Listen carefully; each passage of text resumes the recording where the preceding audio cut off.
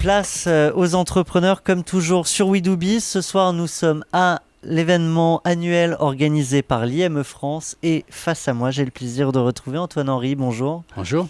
Antoine Henry, vous êtes CEO, directeur général chez Sage et ce soir, vous êtes venu présenter au parterre d'entrepreneurs de croissance présents une étude qui finalement arrive à nous positionner assez bien sur l'échelle mondiale.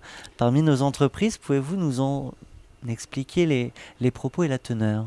Oui, ça s'appelle le Sage Business Index. C'est une étude que l'on fait dans 18 pays dans le monde qui regroupe 14 000 entreprises qui ont répondu à cette étude et qui nous permet chez Sage de voir quel est l'état de confiance des chefs d'entreprise français. Ce sont des chefs d'entreprise de TPE ou de PME et de comparer, c'est ça qui est très intéressant dans cette étude, avec l'état de confiance dans les autres pays. Alors est-ce que, comme dit l'adage, quand on se compare, on se rassure ? Là, pas vraiment, puisque la première question qu'on leur pose, c'est leur niveau de confiance sur l'état de leur pays. Donc, on ne commence pas directement sur leur entreprise, mais plutôt l'état de confiance sur leur pays. Là, on a un niveau très bas, puisqu'on est sur un indice de confiance de 35. Alors, juste pour vous donner un repère, quand on est en dessous de 50, c'est qu'on est pessimiste. Au-dessus de 50, on commence à être optimiste. Donc, à 35, on voit qu'on est très bas. On est resté au niveau le plus bas qui avait déjà été atteint l'année dernière. Et quand on compare avec les autres chefs d'entreprise dans les autres pays, dans quasiment tous les pays, on est maintenant passé au-dessus de 50, particulièrement en Allemagne ou en Angleterre. Donc il y a une vraie défiance des chefs d'entreprise français sur l'état de l'économie française. L'état global de l'économie, effectivement, par rapport à leur propre entreprise. Est-ce que finalement on s'y retrouve dans ce pessimisme ? Alors comme d'habitude, ils ont beaucoup plus de confiance sur leur propre entreprise. Ça a toujours été le cas dans notre étude et on le voit année après année. Là également en France, il y a un regain léger de confiance, mais on est passé maintenant au-dessus de 50, à 55 en termes de niveau de confiance. On est plus bas quand même que dans la majorité des autres pays, on est plutôt maintenant au-dessus de 60. Et on leur demande précisément s'ils ont des perspectives de croissance sur les 12 prochains mois.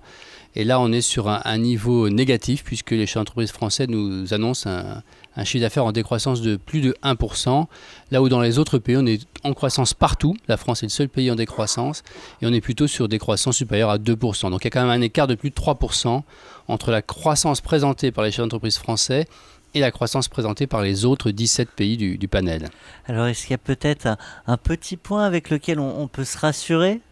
Alors effectivement, dans ce tableau plutôt noir, il y a quelques éléments positifs. Le premier, c'est que quand on leur demande quelles sont leurs priorités face à ces enjeux, eh bien, les priorités des chefs d'entreprise français sont d'abord tournées vers les clients, et en particulier la fidélisation des clients, ce qui veut bien dire qu'en deuxième seulement, il y a la réduction des coûts.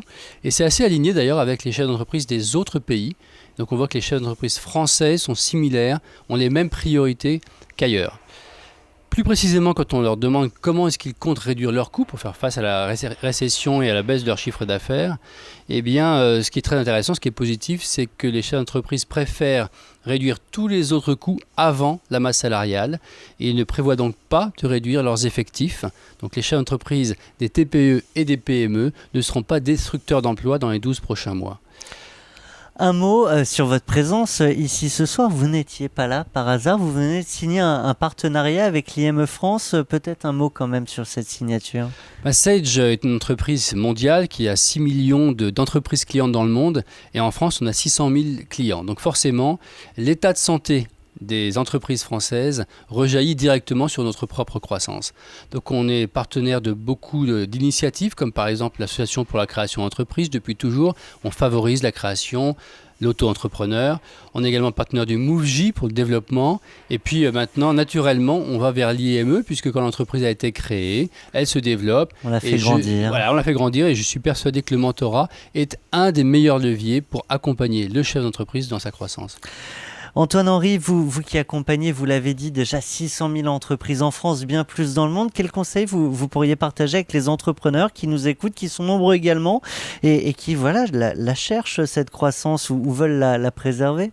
Je crois que quand on est dirigeant, et je suis dirigeant moi-même, une entreprise de 2000 collaborateurs en France, il faut garder en permanence l'optimisme.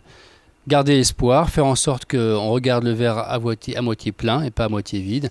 Et c'est indispensable non seulement pour soi-même, pour garder le moral et garder confiance dans l'avenir de son entreprise, mais également c'est très important pour ses collaborateurs.